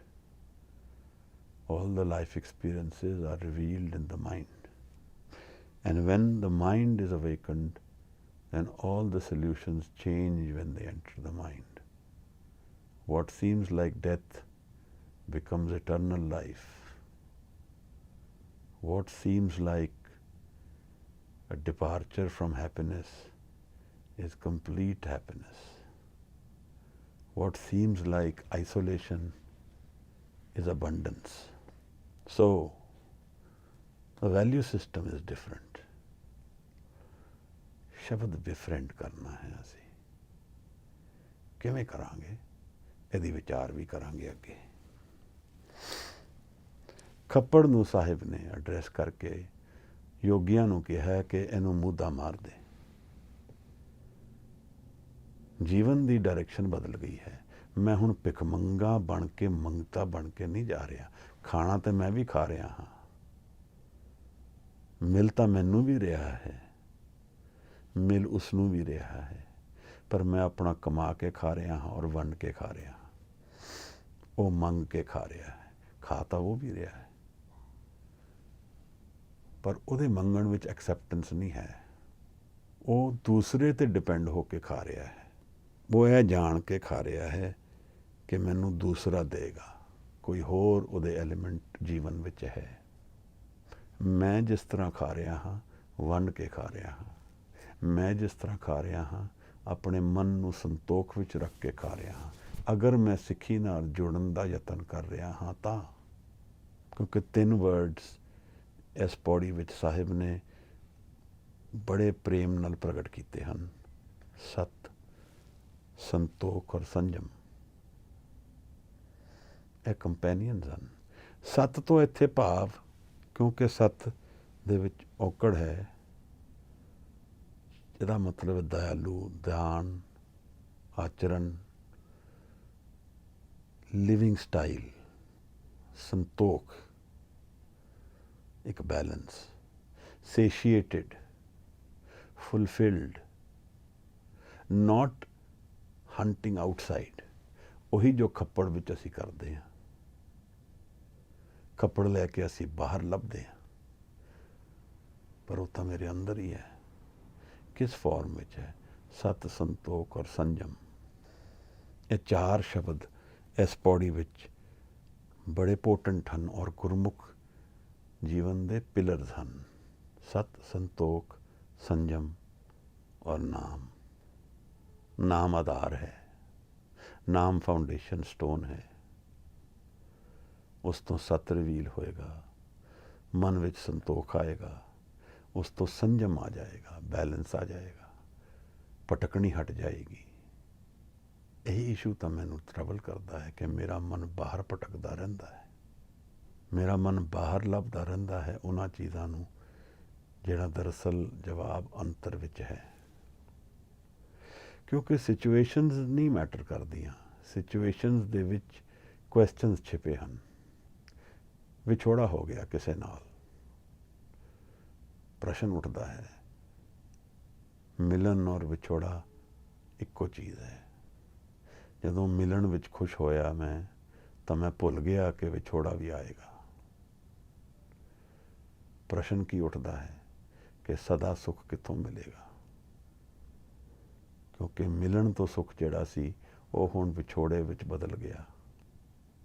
Las ਹੋ ਗਿਆ ਕੁਝ ਜੀਵਨ ਵਿੱਚ। ਤਾਂ ਜਦੋਂ ਗੇਨ ਹੋਇਆ ਉਸ ਵੇਲੇ ਮੈਂ ਭੁੱਲ ਗਿਆ ਕਿ ਇਹ ਸਭ ਜਾਏਗਾ ਇੱਕ ਦਿਨ। ਪ੍ਰਸ਼ਨ ਕੀ ਹੈ? ਜੀਵਨ ਦਾ ਸਦਾ ਕਿੱਥੋਂ ਮਿਲੇਗਾ? ਸਦਾ ਲਈ ਗੇਨ ਕਿੱਥੋਂ ਮਿਲੇਗਾ? ਤਾਂ ਜੀਵਨ ਦੀ ਜਿਹੜੇ ਐਕਸਪੀਰੀਐਂਸਿਸ ਹਨ ਉਹਨਾਂ ਦੇ ਅੰਦਰ ਜੀਵਨ ਦੇ ਗਹਿਨ ਪ੍ਰਸ਼ਨ ਛੁਪੇ ਹਨ। Deep questions are hidden in the experiences of life and we do know them, but we avoid them because the answers may be needing the effort to face the question, and we are past masters at avoiding the issue. That's why we see how entertainment industry has developed over the years. It's a way of avoiding the basic issue.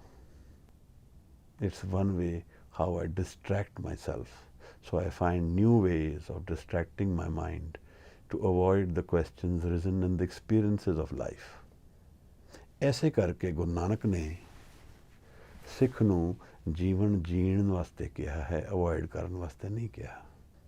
क्योंकि जीवन विच जीण विच ਜਿਹੜੇ experiences ਆ ਰਹੇ ਹਨ ਉਹ ਮੈਨੂੰ ਜੀਵਨ ਦੇ ਕੁਐਸਚਨਸ ਨੂੰ ਫੇਸ ਕਰਨ ਵਾਸਤੇ ਕੰਪੈਲ ਕਰਦੇ ਹਨ।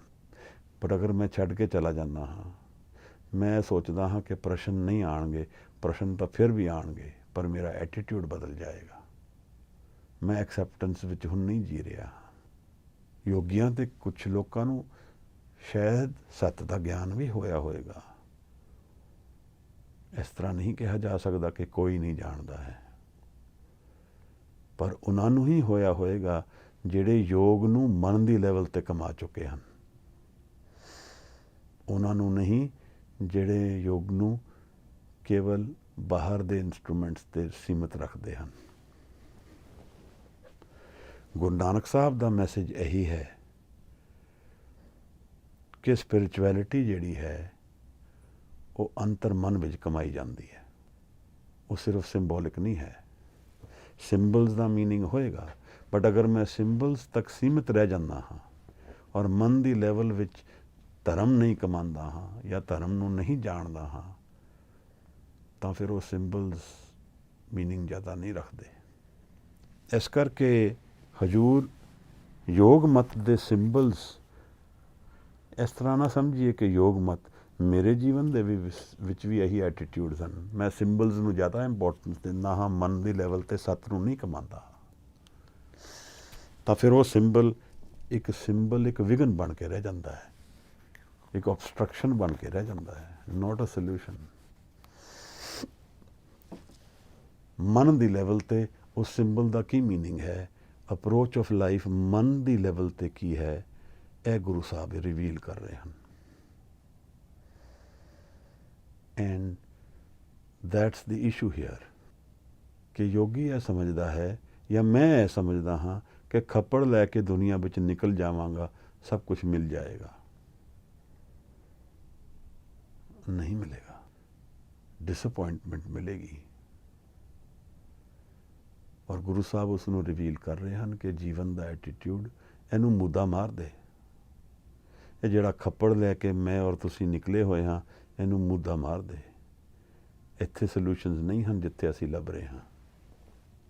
ਜੀਵਨ ਤਾਂ ਉਸੇ ਤਰ੍ਹਾਂ ਜੀਣਾ ਹੈ, ਬਟ ਉਸ ਐਕਸਪੈਕਟੇਸ਼ਨ ਵਿੱਚ ਨਹੀਂ ਜੀਣਾ ਕਿ ਬਾਹਰ ਸੋਲਿਊਸ਼ਨਸ ਹੈਗੇ।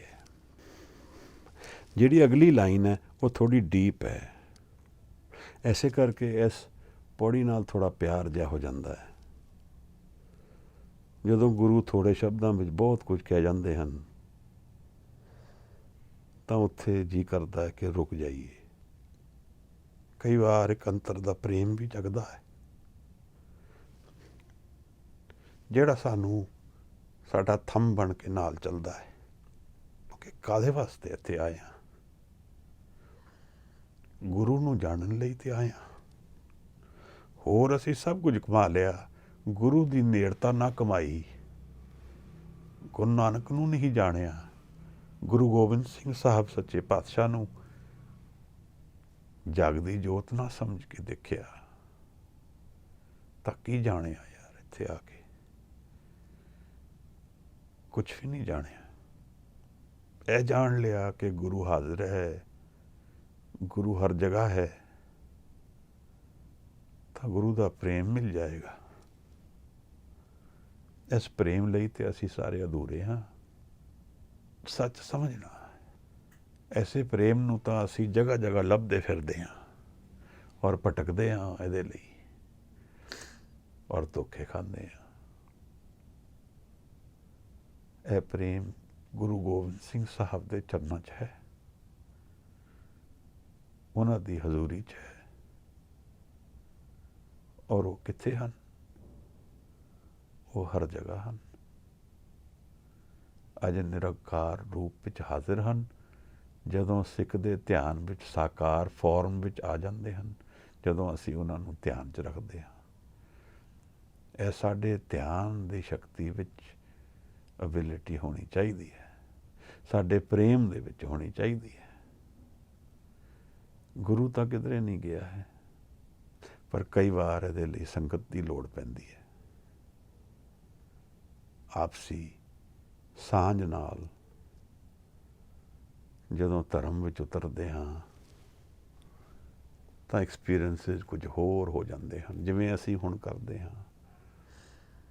ਆਪ ਨਾਲ ਬੈਠ ਕੇ ਸ਼ਬਦ ਦੀ ਵਿਚਾਰ ਚੱਲਦੀ ਹੈ, ਦੇਖੋ ਕਿਵੇਂ ਗੁਰੂ ਹਾਜ਼ਰ ਹੋ ਗਿਆ। ਇੰਨੀ ਹੀ ਦੇਰ ਹੈ, ਹੋਰ ਕੋਈ ਨਹੀਂ ਹੈ। ਮਨ ਥੋੜ੍ਹਾ ਜਿਹਾ ਸ਼ੁੱਧ ਹੋ ਜਾਏ, ਇਹ ਅਥਰੂ ਮਨ ਦੀ ਮੈਲ ਨੂੰ ਧੋ ਦੇਣ, ਤਾਂ ਸੱਚੇ ਪਾਤਸ਼ਾਹ ਹਾਜ਼ਰ ਹਨ। ਔਰ ਕਿੰਨਾ ਪ੍ਰੇਮ ਗੁਰੂ ਕੋਲ ਹੈ, ਗੁਰੂ ਦਿੰਦਾ ਹੈ, ਉਹ ਅਸੀਮ ਹੈ, ਉਹਦੀ ਕੋਈ ਸੀਮਾ ਨਹੀਂ ਹੈ। ਮਨ ਦੀ ਤਹਿ 'ਤੇ ਸ਼ਬਦ ਨਾਲ ਸਾਂਝ ਪਾਉਣ ਨਾਲ ਅਸੀਂ ਆਪਣੇ ਅੰਤਰ ਮਨ ਦੇ ਦਰਵਾਜ਼ੇ ਖੋਲ੍ਹ ਦਿੰਦੇ ਹਾਂ, ਗੁਰੂ ਨੂੰ ਵੈਲਕਮ ਕਰ ਦਿੰਦੇ ਹਾਂ। ਔਰ ਇੱਕ ਵਾਰ ਜੀਵਨ ਵਿੱਚ ਗੁਰੂ ਦਾ ਐਕਸਪੀਰੀਅੰਸ ਉਤਰ ਜਾਏਗਾ, ਉਹ ਫਿਰ ਕਿਧਰੇ ਨਹੀਂ ਜਾਂਦਾ, ਉਹ ਸਾਨੂੰ ਸੌਣ ਨਹੀਂ ਦੇਗਾ। ਫਿਰ ਉਹ ਜਨਮ ਜਨਮ ਨਾਲ ਸਾਥ ਰਹੇਗਾ ਜਦ ਤੱਕ ਜਗਦਾ ਨਹੀਂ ਇਨਸਾਨ। ਪਰ ਇਹ ਹੈ ਸੱਚੇ ਦਿਲੋਂ, ਕਪਟ ਨਾ ਹੋਏ। ਤਾਂ ਸਾਹਿਬ ਕਹਿੰਦੇ ਹਨ, ਪੰਚ ਪੂ ਟੋਪੀ। ਇਹ ਪੂ ਨੂੰ ਥੋੜ੍ਹਾ ਸਮਝਣਾ ਹੈ ਅਸੀਂ, ਪੂ ਸ਼ਬਦ ਦਾ ਕੀ ਅਰਥ ਹੈ। ਇਹ ਪੰਜ ਪੂ ਦਾ ਅਰਥ ਬਣਦਾ ਹੈ ਜਿਹੜੇ ਐਲੀਮੈਂਟਸ ਨੇ ਪੰਜ, ਉਹਨਾਂ ਦੀ ਕੁਝ ਕੁਆਲਿਟੀਜ਼ 'ਚੋਂ ਇਹਨਾਂ ਨੇ ਕੁਆਲਿਟੀਜ਼ ਸਿੰਬੋਲਿਕ ਅੰਡਰਸਟੈਂਡ ਕੀਤੀਆਂ ਹਨ। ਜਿਵੇਂ ਕਿ ਆਕਾਸ਼ ਹੈ, ਇਹ ਇੱਕ ਐਲੀਮੈਂਟ ਹੈ। ਦੂਸਰਾ ਐਲੀਮੈਂਟ ਅਗਨੀ ਹੈ, ਫਾਇਰ ਹੈ। ਫਿਰ 에ਅਰ ਹੈ, ਫਿਰ ਵਾਟਰ ਹੈ, ਫਿਰ ਅਰਥ ਹੈ। ਇਹ ਪੰਜ ਭੂਤ ਨੇ। ਇਹ ਯੋਗੀ ਮਤ ਵਿੱਚ ਮੰਨੇ ਜਾਂਦੇ ਹਨ। ਇਹਨਾਂ ਦੀ ਕੁਆਲਿਟੀਜ਼ ਹਨ, ਆਕਾਸ਼ ਨਿਰਲੇਪ ਹੈ, symbol of detachment. Agni destroying evil within us. Air being symbol of equality. It meets everyone irrespective of caste, creed, color, sex, anything. It doesn't differentiate.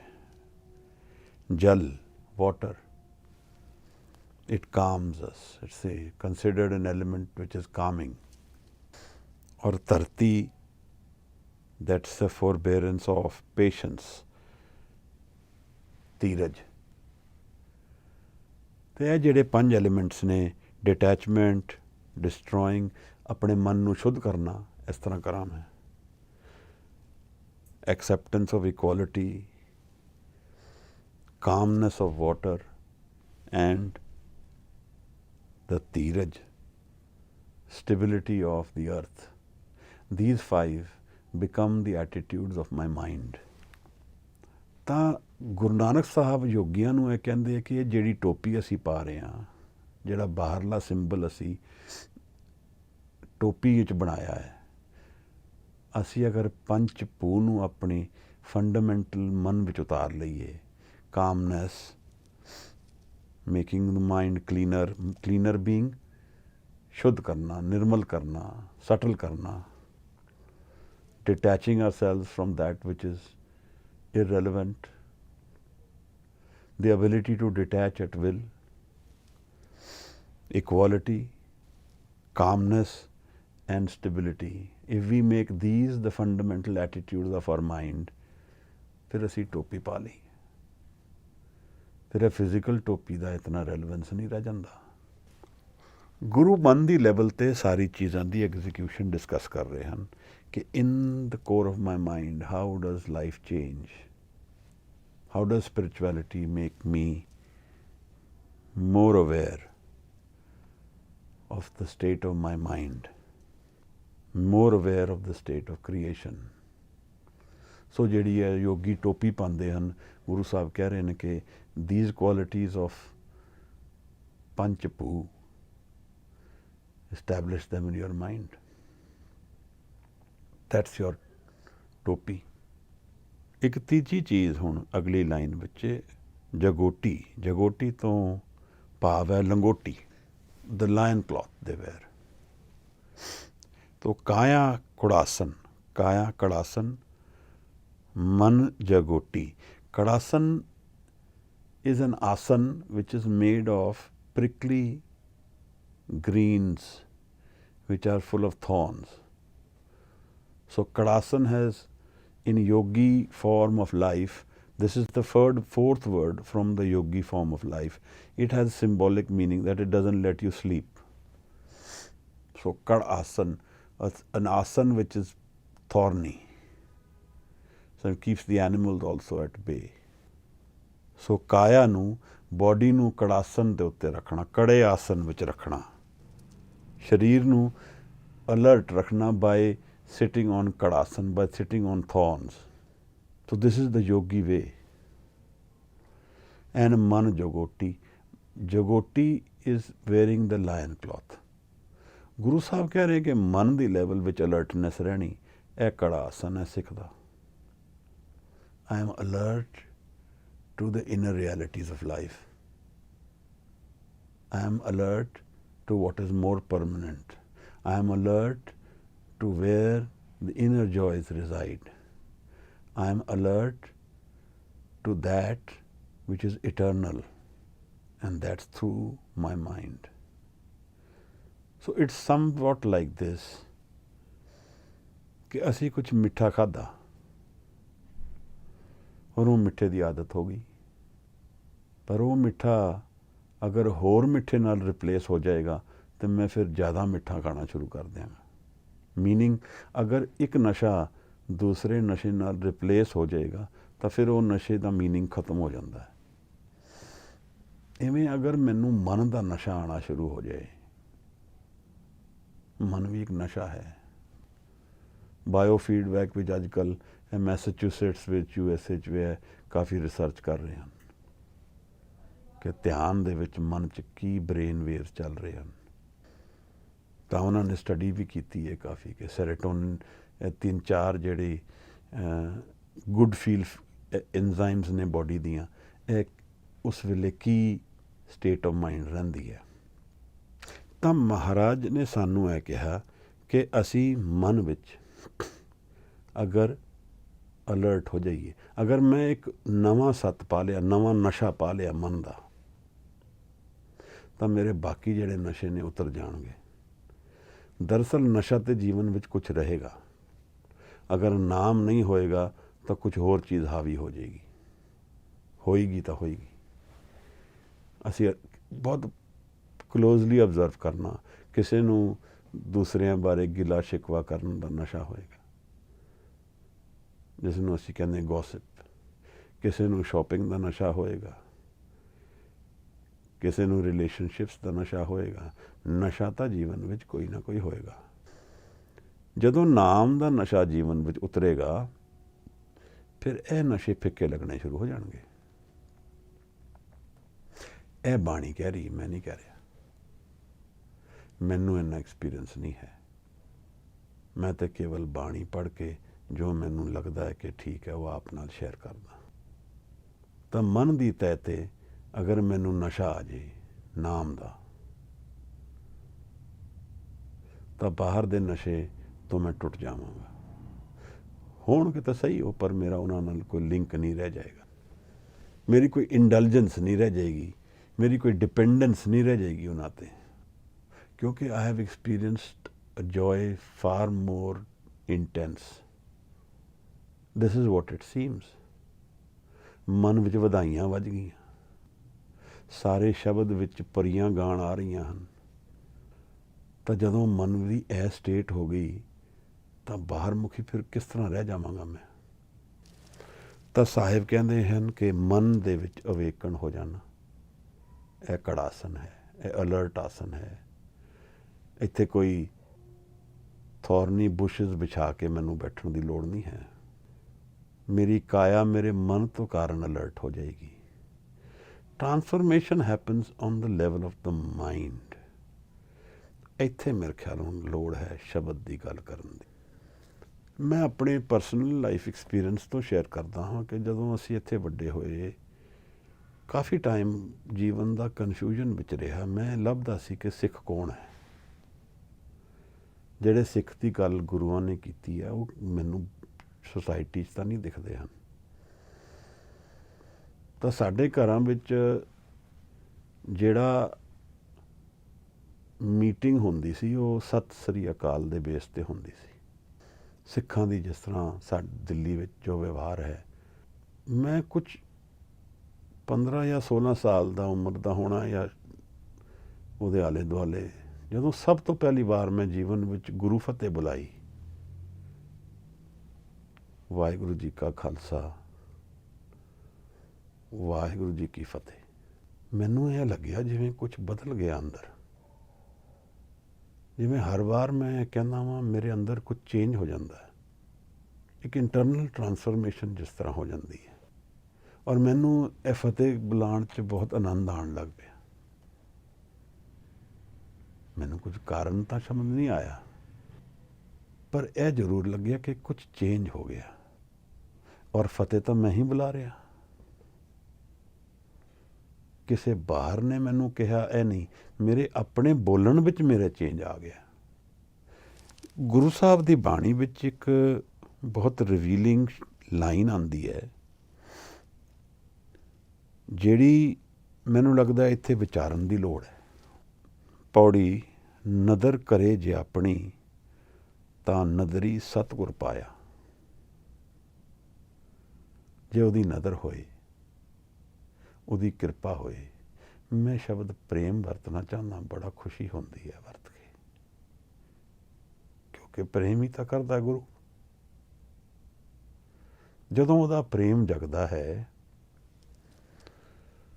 ਤਾਂ ਅਗਲੀ ਲਾਈਨ ਕਹਿੰਦੀ ਹੈ, ਇਹ ਜਿਉ ਬਹੁਤੇ ਜਨਮ ਭਰਮਿਆ, ਤਾਂ ਸਤਿਗੁਰ ਸ਼ਬਦ ਸੁਣਾਇਆ। ਮੈਂ ਕਾਫੀ ਦਿਨ ਤੋਂ ਸੋਚਦਾ ਸੀ ਕਿ ਸ਼ਬਦ ਦੀ ਮੈਂ ਕਿਸ ਤਰ੍ਹਾਂ ਵਿਆਖਿਆ ਕਰ ਪਾਉਂਦਾ ਕਿ ਬਹੁਤੇ ਜਨਮ ਭਰਮਿਆ। ਇਹ ਭ੍ਰਮਣ ਉਹੀ ਹੈ ਨਾ ਜਿਹੜਾ ਗੁਰੂ ਨਾਨਕ ਸਾਹਿਬ ਸਿੱਧ ਗੋਸ਼ਟ ਵਿੱਚ ਕਹਿ ਰਹੇ ਕਿਉਂ ਭਵੀਏ। ਤਾਂ ਮੇਰਾ ਭ੍ਰਮਣ ਕਿੱਥੇ ਮੁੱਕਦਾ ਹੈ? ਉੱਥੇ ਵੀ ਉਹ ਮਹਾਰਾਜ ਸ਼ਬਦ ਦੀ ਹੀ ਗੱਲ ਕਰ ਰਹੇ ਹਨ। ਤਾਂ ਮਹਾਰਾਜ ਕਹਿੰਦੇ ਹਨ ਕਿ ਬਹੁਤ ਜਨਮ ਭਰਮਿਆ। ਇਸ ਜਨਮ ਨੂੰ ਜਿਵੇਂ ਮਰਜ਼ੀ ਡਿਫਾਈਨ ਕਰ ਲਈਏ, ਸਰੀਰ ਬਦਲਿਆ ਕਿ ਹਰ ਮਿੰਟ ਇੱਕ ਜਨਮ ਹੋ ਗਿਆ, ਕਿ ਇੱਕ ਸਰੀਰ ਵਿੱਚ ਕਈ ਜਨਮ ਹੋ ਗਏ। ਚੇਂਜ ਜਿਹੜਾ ਹੈ ਜੀਵਨ ਵਿੱਚ, ਉਸ ਨੂੰ ਮੈਂ ਜਨਮ ਡਿਫਾਈਨ ਕਰ ਦਿੰਦਾ। Circumstantial changes are new births and deaths of life. ਜਾਂ ਤੁਸੀਂ ਇਹਨੂੰ ਜਨਮ ਸਰੀਰ ਨੂੰ ਬਦਲਣਾ ਵੀ ਗਿਣ ਸਕਦੇ ਹੋ, ਜਿਵੇਂ ਆਪ ਨੂੰ ਠੀਕ ਲੱਗਦਾ। ਇਨਸਟੇਬਿਲਿਟੀ ਇਸ ਜੀਵਨ ਦਾ ਫੈਕਟਰ ਹੈ ਜਿਹਦੇ ਵਿੱਚ ਭ੍ਰਮਣ ਹੋ ਰਿਹਾ ਹੈ। ਤਾਂ ਸਤਿਗੁਰ ਸ਼ਬਦ ਸੁਣਾਇਆ। ਮੇਰਾ ਗੁਰੂ ਮੈਨੂੰ ਸ਼ਬਦ ਦੇ ਰਾਹੀਂ ਮਿਲੇਗਾ। ਸ਼ਬਦ ਮੇਰੇ ਮਨ ਨੂੰ ਚੋਟ ਮਾਰੇਗਾ, ਉੱਥੋਂ ਮੇਰਾ ਮਨ ਬਦਲੀ ਹੋਣਾ ਸ਼ੁਰੂ ਹੋਏਗਾ। ਮੈਂ ਆਪ ਨਾਲ ਆਪਣਾ ਐਕਸਪੀਰੀਅੰਸ ਇਸ ਕਰਕੇ ਸ਼ੇਅਰ ਕੀਤਾ ਤਾਂ ਕਿ ਕੁਝ ਸਮਝ ਸ਼ਾਇਦ ਆ ਸਕੇ ਕਿ ਇਹ ਸ਼ਬਦ ਕੀ ਹੈ ਔਰ ਕਿਸ ਲੈਵਲ 'ਤੇ ਇਹਦਾ ਐਕਸਪੀਰੀਅੰਸ ਹੈ। ਕਈ ਵਾਰ ਕੁਝ ਚੀਜ਼ਾਂ ਇਸ ਤਰ੍ਹਾਂ ਹੁੰਦੀਆਂ ਹਨ ਜੀਵਨ ਵਿੱਚ ਜਿਹੜੀ ਲੌਜੀਕਲ ਨਹੀਂ ਹਨ, ਬਟ ਉਹਨਾਂ ਵਿੱਚ DNA ਬਦਲੀ ਹੋ ਜਾਂਦਾ ਹੈ। ਇੱਕ ਬਿਦਰ ਦੀ ਸਟੋਰੀ ਮੈਨੂੰ ਯਾਦ ਆਉਂਦੀ ਹੈ। ਉੱਥੇ ਕਾਲਜ, ਸਿੱਖਾਂ ਦਾ ਮੁੰਡਿਆਂ ਦਾ ਕਾਲਜ ਸੀ ਜਿਹੜਾ 84 ਵਿੱਚ ਅਟੈਕ ਹੋਇਆ। ਤਾਂ ਉਹ ਇੱਕ ਮੁੰਡਾ ਲਿਖਦਾ ਹੈ ਕਿ ਮੈਂ ਅਟੈਕ ਬਾਹਰ ਹੋ ਰਿਹਾ ਸੀ ਔਰ ਅਸੀਂ ਆਪਣੇ ਆਪ ਨੂੰ ਬਚਾਉਣਾ ਸੀ, and someone gave me a sword in my hand. ਇਹ ਥੋੜ੍ਹਾ ਸਮਝਣ ਦੀ ਕੋਸ਼ਿਸ਼ ਕਰੀਏ। ਐਂਡ ਉਹ ਮੁੰਡਾ ਲਿਖਦਾ ਹੈ ਕਿ this transform me for ever. I did not, now nobody needed to tell me what I have to do. ਮੈਂ ਬਦਲ ਗਿਆ ਅੰਦਰੋਂ, ਜਿਵੇਂ ਮੈਨੂੰ ਸਿੱਖੀ ਸਾਰੀ ਸਮਝ ਆ ਗਈ, ਜਿਵੇਂ ਮੈਂ ਸਿੱਖੀ ਜੀਵਨ ਵਿੱਚੋਂ ਹੀ ਅਡੋਪਟ ਕਰ ਲਿਆ। ਹੈ ਤੇ ਬੜੀ ਸਿੰਬੋਲਿਕ ਚੀਜ਼, ਪਰ ਜਦੋਂ ਮੇਰਾ ਮਨ ਤਿਆਰ ਹੋ ਜਾਂਦਾ ਹੈ, when my mind is ready to accept the Guru, then his love comes in the form of Shabad. Then it gets connected to my mind, to my man. And it can happen in any form. It need not be any physical Guru. And here there is no physical Guru, but Shabad Guru. एक simple जी चीज़ कि मैं वाहिगुरु कहता प्रेम नाल, और मेरे मन ने इस तरह सुन लिया कि मेरा मन बदल गया। हुण मैं कनैक्ट हो गया। हुण एक जिवें चैनल खुल गया नवा, जिवें ट्यूनिंग हो गई एक नवे चैनल नाल, जिहड़ा अंतर विच हुण बार बार आंदा जांदा रहेगा या शायद सदा लई हाज़र रह जाएगा। How does the mind's DNA change? Through the Shabad. through the recitation of the Shabad, through the recitation and listening the Shabad with love. गाविए, सुनिए, मन रखिए पाओ, दुख पर हर सुख कर ले जाए. Then I have taken the Guru in my heart. I have no space for pain. I have no space for dukh and sorrow. The only pain I feel is detachment from my Guru. The only sadness I feel is not being in the presence of my Guru. But I have changed forever. Because now, through the Shabad, Guru is revealed in my heart. ਤਾਂ ਮਹਾਰਾਜ ਕਹਿੰਦੇ ਨੇ, ਇਹ ਜਿਉ ਬਹੁਤੇ ਜਨਮ ਭਰਮਿਆ ਤਾਂ ਸਤਿਗੁਰ ਸ਼ਬਦ ਸੁਣਾਇਆ. ਗੁਰੂ ਨੇ ਸ਼ਬਦ ਸੁਣਾਏ. ਜਦੋਂ ਮਨ ਤਿਆਰ ਹੋ ਗਿਆ ਤਾਂ ਸ਼ਬਦ ਮੇਰੇ ਮਨ ਵਿੱਚ ਆ ਗਿਆ. ਔਰ ਉਹ ਸ਼ਬਦ ਮੈਂ ਆਪ ਹੀ ਗਾ ਕੇ ਸੁਣਾ ਰਿਹਾ ਹਾਂ, ਪਰ ਉਹਦੇ 'ਚ ਗੁਰੂ ਦਾ ਪ੍ਰੇਮ ਹਾਜ਼ਰ ਹੈ. ਤਾਂ ਉੱਥੇ ਮੇਰਾ ਜਨਮ ਬਦਲੀ ਹੋ ਗਿਆ, ਮੇਰਾ ਜੀਵਨ ਬਦਲੀ ਹੋ ਗਿਆ. ਸਤਿਗੁਰ ਮਿਲੀਏ ਸੱਚ ਪਾਇਆ, ਜਿੰਨੀ ਵਿੱਚੋਂ ਆਪ ਗਵਾਇਆ. ਆਪਣੇ ਆਪ ਨੂੰ ਗਵਾਤਾ, ਗੁਰੂ ਮਿਲ ਗਿਆ. ਹੁਣ ਮੇਰਾ ਮਨ ਉਹ ਨਹੀਂ ਰਿਹਾ ਜੋ ਪਹਿਲਾਂ ਸੀ. ਹੁਣ ਸ਼ਬਦ ਦੀ ਹਜ਼ੂਰੀ ਵਿੱਚ ਮਨ ਤ੍ਰਿਪਤ ਹੋਣਾ ਸ਼ੁਰੂ ਹੋ ਗਿਆ ਔਰ ਸੱਚ ਦੀ ਸਮਝ ਆਣੀ ਸ਼ੁਰੂ ਹੋ ਗਈ. ਪ੍ਰੇਮ ਉਤਰ ਗਿਆ ਮਨ ਵਿੱਚ. ਗੁਰੂ ਨਾਨਕ ਉਤਰ ਗਏ ਮਨ ਵਿੱਚ. ਗੁਰੂ ਗੋਬਿੰਦ ਸਿੰਘ ਸਾਹਿਬ ਉਤਰ ਗਏ ਮਨ ਵਿੱਚ. ਮੈਨੂੰ ਇੱਕ ਵਾਰ ਐਕਸਪੀਰੀਅੰਸ ਹੋਏ ਜਿਹੜਾ ਮੇਰੇ ਪਰਸਨਲ ਲੈਵਲ 'ਤੇ ਨਹੀਂ ਹੈ, ਪਰ ਉਸ ਵਿੱਚ ਵੀ ਜਿਨ੍ਹਾਂ ਨੂੰ ਐਕਸਪੀਰੀਅੰਸ ਹੋਇਆ ਉਹਨਾਂ ਨੇ ਮੈਨੂੰ ਇਸ ਤਰ੍ਹਾਂ ਦੱਸਿਆ ਕਿ ਮੈਂ ਸਾਹਿਬ ਨੂੰ ਫੀਲ ਕੀਤਾ ਅੱਜ, ਕਿਵੇਂ ਇੱਕ ਪੇੜ ਦੇ ਵਿੱਚ ਹੀ ਗੁਰੂ ਗੋਬਿੰਦ ਸਿੰਘ ਸਾਹਿਬ ਹਾਜ਼ਰ ਹਨ, ਉਹਨਾਂ ਦੀ ਪ੍ਰੈਜ਼ੈਂਸ ਹੈ.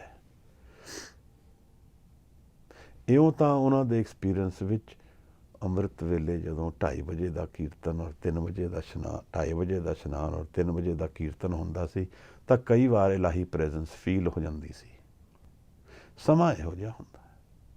ਸਮਾਂ ਨਾ ਵੀ ਹੋਏ, ਮਨ ਦੀ ਅਵਸਥਾ ਵਿੱਚ ਅਗਰ ਪ੍ਰੇਮ ਉਤਰ ਜਾਏ ਤਾਂ ਹੋ ਸਕਦਾ ਉਹਨਾਂ ਦੇ ਕੋਈ ਪੁਰਾਣੇ ਸੰਸਕਾਰ ਵੀ ਹੋਣਗੇ. ਪਰ ਸ਼ਬਦ ਦੀ ਗੱਲ ਕਰਦੇ ਕਰਦੇ ਅਸੀਂ ਸੱਤ ਵੱਲ ਟੁਰਨ ਲੱਗ ਪਈਏ. ਜੀਵਨ ਤਾਂ ਤੇ ਇਹੀ ਮਕਸਦ ਹੈ ਨਾ ਕਿ ਸ਼ਬਦ ਨੂੰ ਕਮਾ ਲਈਏ ਤੇ ਸ਼ਬਦ ਨੂੰ ਜਾਣ ਲਈਏ. ਤਾਂ ਫਿਰ ਮੈਂ ਮੂਲ ਮੰਤਰ ਦਾ ਬੈਠ ਕੇ ਅਭਿਆਸ ਕਰਨਾ ਸ਼ੁਰੂ ਕਰ ਦਿੱਤਾ. ਅੱਖਾਂ ਬੰਦ ਕਰਕੇ ਇਕੱਲੇ ਕਮਰੇ 'ਚ ਬੈਠ ਕੇ ਮੂਲ ਮੰਤਰ ਦਾ ਅਭਿਆਸ ਕਰਨਾ.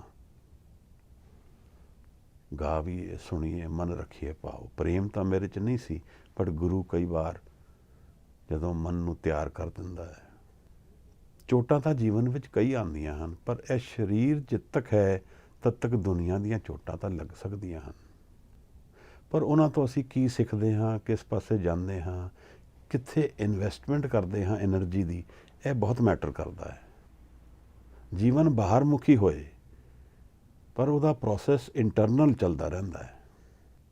ਔਰ ਉਹਨਾਂ ਦਾ ਐਕਸਪੀਰੀਅੰਸ ਔਰ ਉਸ ਦਾ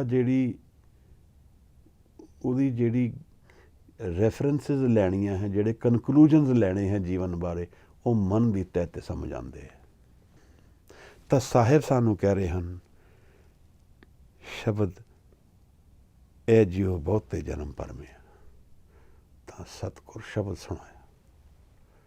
ਜਦੋਂ ਸੁਣਾ ਲਿਆ ਤਾਂ ਮੈਂ ਪਹੁੰਚ ਗਿਆ. ਜਿਵੇਂ ਮੇਰੇ ਦੁੱਖਾਂ ਦੇ ਦਰਵਾਜ਼ੇ 'ਤੇ ਗੁਰੂ ਗੋਬਿੰਦ ਸਿੰਘ ਸਾਹਿਬ ਆ ਗਏ ਹਨ. ਜਦ ਤੱਕ ਮੇਰਾ ਮਨ ਤਿਆਰ ਹੋਏ ਤਾਂ ਸਾਹਿਬ ਦਾ ਪ੍ਰੇਮ ਉਤਰ ਜਾਏ. ਹੋਰ ਤਾਂ ਕੁਝ ਨਹੀਂ ਸਮਝ ਆਉਂਦਾ, ਪਰ ਗੁਰੂ ਪ੍ਰੇਮ ਦਾ ਰੂਪ ਤਾਂ ਪੂਰੀ ਤਰ੍ਹਾਂ ਹੈ. ਪ੍ਰੇਮ ਹੀ ਤਾਂ ਹੈ ਗੁਰੂ, ਸ਼ਬਦ ਦੇ ਰਾਹੀਂ. ਇਹ ਜਿਹੜਾ ਸ਼ਬਦ ਹੈ, ਇਸ ਨੂੰ ਮੈਂ ਕਮਾਉਣਾ ਹੈ, ਇਸ ਨੂੰ ਮੈਂ ਜਾਣਨਾ ਹੈ ਕਿ ਇਹ ਜਿਹੜਾ ਸ਼ਬਦ ਹੈ ਇਹ ਮੇਰੇ ਮਨ ਨੂੰ ਛੂ ਲਏ ਕਿਸੇ ਦਿਨ. ਕਿਸ ਫਾਰਮ ਵਿੱਚ ਹੋਏ ਮੈਨੂੰ ਨਹੀਂ ਲੱਗਦਾ ਕੋਈ ਇੱਕ ਫਾਰਮ ਹੈ, ਬਟ ਮੇਰੇ ਮਨ ਵਿੱਚ ਭੁੱਖ ਹੋਏ, ਪਿਆਸ ਹੋਏ ਤਾਂ ਇਹ ਸ਼ਬਦ ਮੈਨੂੰ ਬਦਲ ਦੇਗਾ. ਇਸ ਐਕਸਪੀਰੀਅੰਸ ਨੂੰ ਮੈਂ ਮਨ ਦੀ ਲੈਵਲ ਵਿੱਚ ਖੋਲ੍ਹਣਾ ਹੈ. ਇਸ ਪਾਸੇ ਮੈਂ ਟੁਰਨਾ ਹੈ। ਅਸੀਂ ਲੋਕ ਬਹੁਤ ਦੂਰ ਦੀ ਵਿਚਾਰਾਂ ਕਰਦੇ ਹਾਂ, ਦਸਮ ਦੁਆਰ ਹੈ, ਤੁਰਿਆ ਅਵਸਥਾ ਹੈ। ਉਹ ਸਭ ਦੂਰ ਦੀਆਂ ਗੱਲਾਂ ਤਾਂ ਹੀ ਹਨ ਨਾ ਜੇ ਸ਼ੁਰੂ ਕਰਾਂਗੇ ਅਸੀਂ ਮਨ ਨੂੰ ਬਦਲਣਾ। ਉਹ ਸਭ ਮਨ ਦੀ ਲੈਵਲ ਤੇ ਹੀ ਹਨ। ਮਨ ਦਾ ਇੱਕ ਨਾਮ ਦਾ ਐਕਸਪੀਰੀਅੰਸ ਨਾਲ ਸਾਰੇ ਐਕਸਪੀਰੀਅੰਸਿਸ ਜਿਹੜੇ ਮੈਟਾਫਿਜ਼ੀਕਲ ਹਨ ਉਹ ਖੁੱਲ੍ਹਦੇ ਰਹਿੰਦੇ ਹਨ ਫਿਰ। ਔਰ ਉਹਨਾਂ 'ਚ ਕੁਝ ਚਮਤਕਾਰ ਅਗਰ ਹੈ ਤੇ ਉਹ ਨਾਮ ਹੀ ਹੈ। ਮੇਰੇ ਜੀਵਨ ਵਿੱਚ ਬਹੁਤ ਪਰੇਸ਼ਾਨੀਆਂ ਹਨ। ਉਹ ਸਾਰੀ ਪਰੇਸ਼ਾਨੀਆਂ ਐਨਰਜੀ ਦਾ ਸੈਂਟਰ ਬਣਦੀਆਂ ਹਨ ਔਰ ਉਸ ਐਨਰਜੀ ਨੂੰ ਮੈਂ ਨਾਮ ਵਿੱਚ ਕਨਵਰਟ ਕਰ ਦਿੰਦਾ ਹਾਂ ਤਾਂ ਅਧਿਆਤਮ ਦੂਰ ਨਹੀਂ ਹੈ। ਮੇਰੇ ਜੀਵਨ ਵਿੱਚ ਕੋਈ ਵੀ ਪਰੇਸ਼ਾਨੀ ਨਹੀਂ ਹੈ, ਕੋਈ ਫ੍ਰਿਕਸ਼ਨ ਨਹੀਂ ਹੈ ਔਰ ਮੈਂ ਨਾਮ ਵੱਲ ਨਹੀਂ ਟੁਰਦਾ ਹਾਂ, ਜੀਵਨ ਨਰਕ ਬਣ ਜਾਏਗਾ। ਜਿਹਦੇ ਕੋਲ ਸਾਰੀ ਦੁਨੀਆ ਦੇ ਪਦਾਰਥ ਹਨ, ਵਸਤੂਆਂ ਹਨ, ਸਭ ਸੋਲਿਊਸ਼ਨਸ ਹਨ, ਸਾਰਾ ਐਸ਼ੋ ਆਰਾਮ ਹੈ, ਉਹਦਾ ਜੀਵਨ ਨਰਕ ਹੈ। ਥੋੜਾ ਨੇੜੇ ਹੋ ਕੇ ਦੇਖਣ ਦੀ ਲੋੜ ਹੈ, ਦੂਰੋਂ ਦਿਖਦਾ ਹੈ। ਸਾਹਿਬ ਸਾਨੂੰ ਉਸੇ ਪਾਸੇ ਲਿਜਾ ਰਹੇ ਹਨ। ਅੱਜ ਦੇਖੋ ਗੁਰੂ ਨਾਨਕ ਸਾਹਿਬ ਕੋਲ ਨਾਲ ਬੈਠੇ ਹਾਂ, ਅੰਤਰ ਦੀ ਅਵਸਥਾ ਵੱਲ ਮਹਾਰਾਜ ਸਾਨੂੰ ਪ੍ਰੇਰਦੇ ਹਨ। ਮਨ ਦੀ ਲੈਵਲ ਤੇ ਲੰਗੋਟ ਬਣਨੀ ਹੈ। ਫਿਜ਼ੀਕਲ ਡਿਜ਼ਾਇਰ ਤੋਂ ਵੀ ਤਾਂ ਹੀ ਟੁੱਟ ਸਕਦਾ ਇਨਸਾਨ। ਮਨ ਨਾਲ ਜੁੜ ਗਿਆ ਤਾਂ ਬਾਕੀ ਸਭ ਫਿੱਕਾ ਪੈ ਗਿਆ। ਜਿਤਨੇ ਜ਼ਿਆਦਾ ਬੰਧਨ ਹੋਣਗੇ ਉਤਨੀ ਜ਼ਿਆਦਾ ਆਜ਼ਾਦੀ ਦੀ ਸ਼ਕਤੀ ਮਹਿਸੂਸ ਹੋਏਗੀ।